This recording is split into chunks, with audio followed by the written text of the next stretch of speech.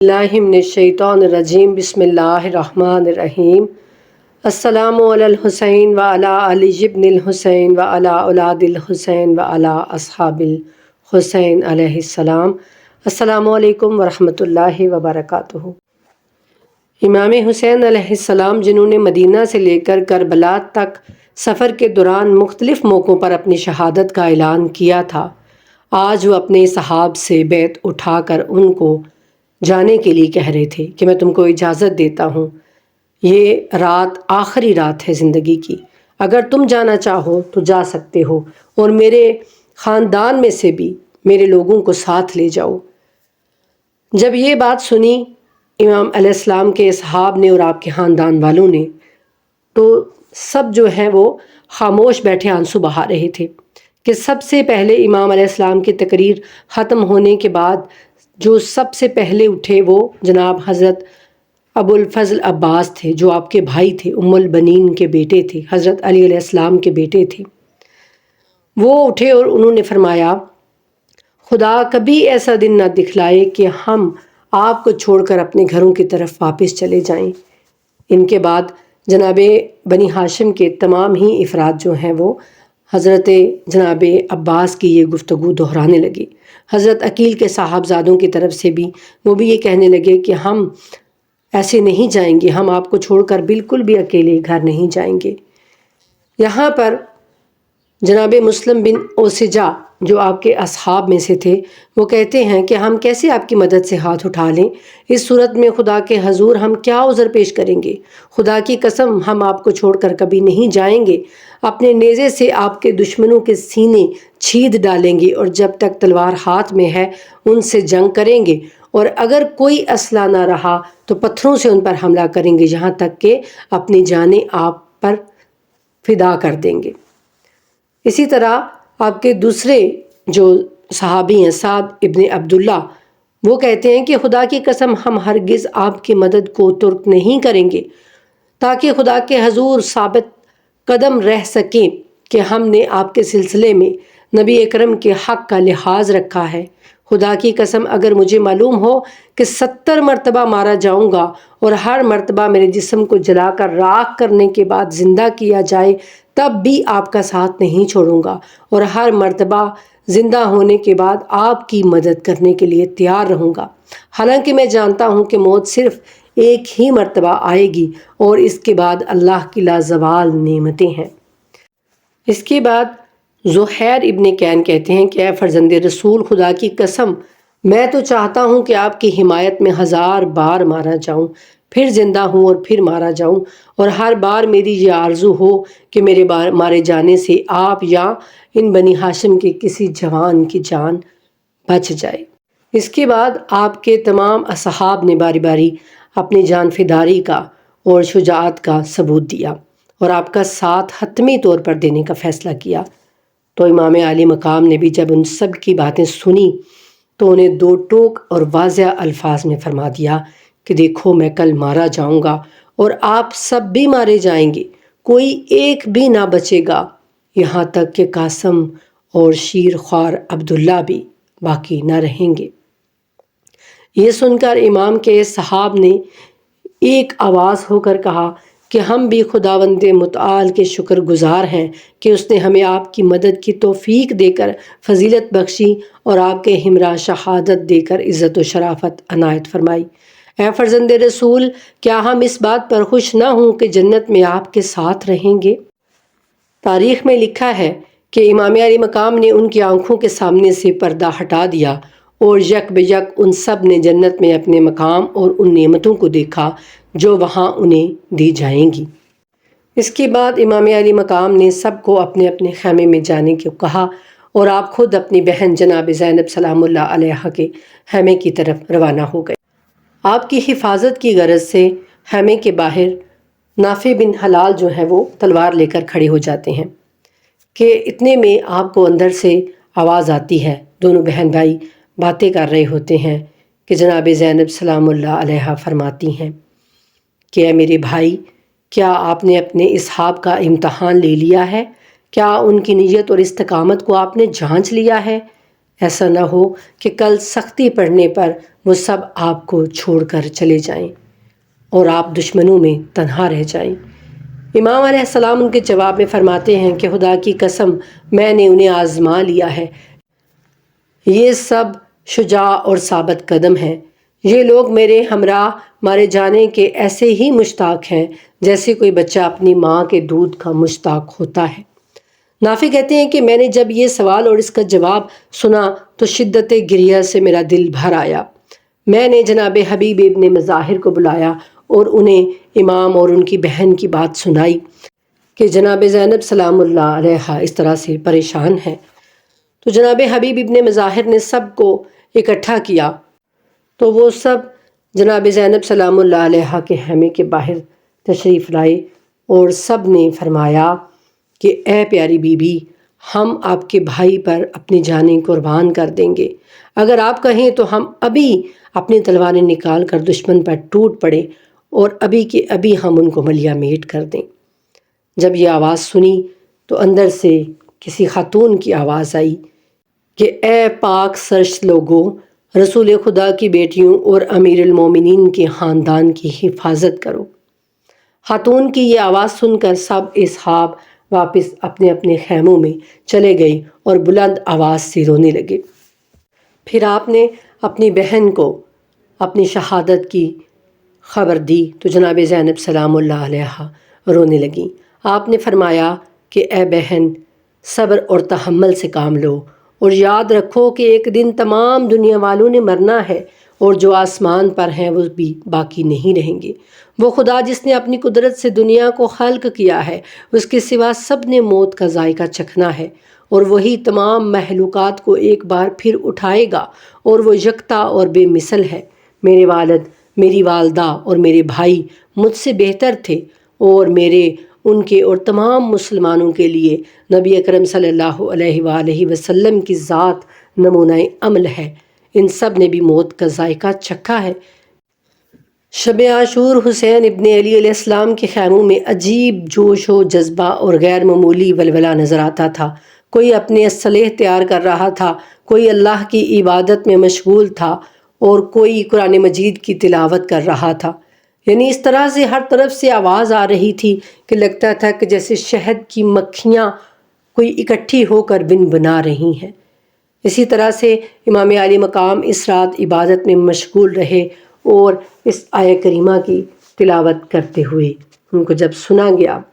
کہ لوگوں نے کفر اختیار کیا ہے، مجھے گمان نہ کریں کہ جو مہلت ہم نے انہیں دی ہے وہ ان کے لیے بہتر ہے، ہم نے تو انہیں اس لیے مہلت دی ہے کہ وہ اپنے گناہوں میں اور اضافہ کریں، اور ان کے لیے سخت رسوا کن عذاب معین ہے۔ خدا مومنوں کو اس حالت میں نہیں چھوڑے گا جب تک کہ بدوکار، نیکوکار اور پاک و ناپاک افراد کو ایک دوسرے سے جدا نہ کر دے۔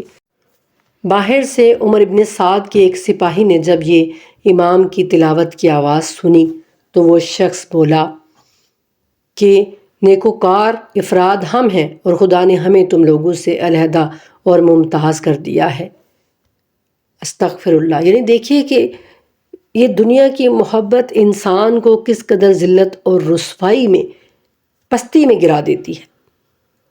اس شخص کے جواب میں بریر سامنے آئی اور انہوں نے کہا کہ اے فاسق، اللہ تعالیٰ نے تجھے ناپاک افراد کی صف میں قرار دیا ہے، ہماری طرف آ جا اور اپنے عظیم گناہ سے توبہ کر لے، خدا کی قسم پاک و پاکیزہ ہم لوگ ہیں۔ اس شخص نے تمسخرانہ انداز میں کہا کہ ہاں میں بھی اس بات کی گواہی دینے والوں میں سے ہوں۔ شیخ صدوق نقل کرتے ہیں کہ شب عاشور کی آخری ساعتوں میں امام علی مقام پر ہلکی سی نیند طاری ہو گئی۔ بیداری کے بعد آپ نے اپنے صحاب اور ساتھیوں سے خطاب کرتے ہوئے فرمایا، میں نے خواب میں دیکھا ہے کہ کئی کتے مجھ پر شدید حملہ کر رہے ہیں، اور میں اس سب سے زیادہ شدید ایک سیاہ اور سفید رنگ کا کتا ہے۔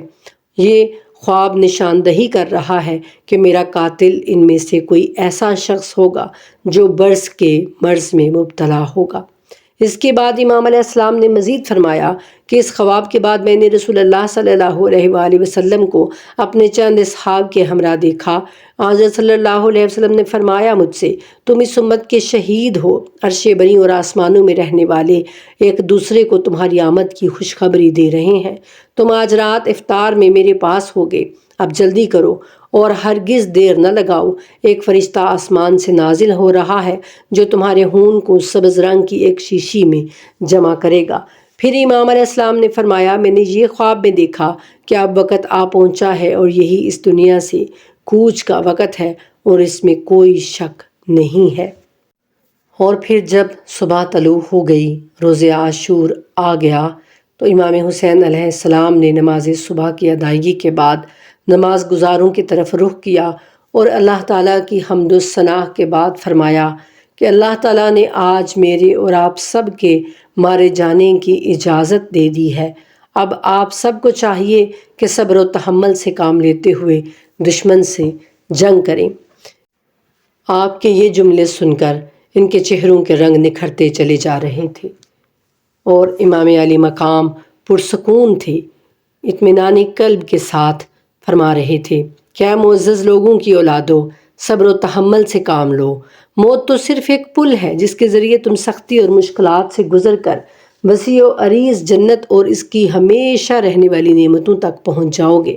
تم میں سے کون ہے جسے یہ بات پسند نہ ہوگی کہ وہ ایک قید خانے سے نکل کر محل میں منتقل ہو جائے؟ یہ موت تمہارے دشمنوں کے لیے ایسی ہی ہے جیسے انہیں کسی محل سے نکال کر قید خانے اور عقوبت گاہ میں ڈال دیا جائے۔ میرے والد گرامی نے مجھ سے بیان کیا کہ انہوں نے رسول اکرم صلی اللہ علیہ وآلہ وسلم سے سنا ہے کہ دنیا مومن کے لیے قید خانہ اور کافر کے لیے جنت ہے، اور موت ایک پل ہے جو مومن کو جنت میں اور کافر کو جہنم میں پہنچا دیتی ہے۔ میں جھوٹ نہیں بولتا اور نہ ہی مجھے کبھی جھوٹ بتایا گیا ہے۔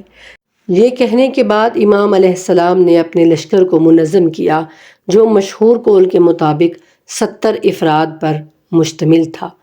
میمنہ یعنی دائیں طرف کی فوج زہیر ابن کین کے سپرد کی، میسرہ یعنی بائیں طرف کی فوج حبیب ابن مظاہر کے سربراہی میں دی، اور لشکر کا علم اپنے بھائی ابو الفضل جناب عباس کے حوالے کیا، اور خود خاندان کے باقی افراد کے ساتھ لشکر کے وسط میں مستقر ہوئے۔ پھر جب آپ نے دیکھا کہ دوسری طرف عمر ابن سعد بھی اپنے لشکر کی تنظیم و ترتیب میں مشغول ہے، اور جب امام کی نظر دشمن کے کثیر لشکر پر پڑی اور آپ نے اپنے مقابلے پر دشمن کے پرہجوم لشکر کا مشاہدہ کیا تو دعا کے لیے ہاتھ بلند کیے اور فرمایا کہ بار الہا، ہر رنج و غم میں تو ہی میرا سہارا اور ہر مشکل میں تو ہی میری امید کا مرکز ہے۔ مجھ پر جب کبھی بھی مصیبت نازل ہوئی میں نے تیری ہی پناہ لی ہے، تیرے ہی ذریعے اپنے بچاؤ کا سامان کیا ہے۔ کتنے ہی ایسے مصائب آئے کہ جب میرا دل کمزور پڑ گیا، چاروں تدبیر کے راستے بند ہو گئے، دوست ساتھ چھوڑ گئے اور دشمنوں نے خوشیاں منائیں، لیکن میں نے تیری ہی طرف رجوع کیا، تجھ ہی سے فریاد کی اور تیرے سوا ہر کسی سے بے نیاز ہو کر صرف تجھ ہی سے لو لگائی، اور تو نے مجھ سے ہر مصیبت کو دور کیا اور ہر رنج و الم سے مجھے نجات دلائی۔ بے شک تو ہی ہر نعمت کا مالک اور ہر حاجت کا مرکز ہے۔ اس کے بعد امام حسین علیہ السلام نے اپنے گھوڑے کو ایڑ لگائی اور خیموں سے کچھ دور گئے اور عمر ابن سعد کے لشکر سے خطاب کرتے ہوئے بلند آواز میں فرمایا، اے لوگو، میری بات سنو اور جلد بازی کا مظاہرہ نہ کرو تاکہ تمہیں وعظ و نصیحت کے سلسلے میں اپنی ذمہ داری انجام دے سکوں اور تمہارے پاس آنے کا سبب بتا سکوں۔ اگر تم نے میری بات قبول کی، میری تائید کی اور میرے بارے میں عدل و انصاف کا راستہ اختیار کیا تو اس طرح تم سعادت اور کامیابی حاصل کرو گے،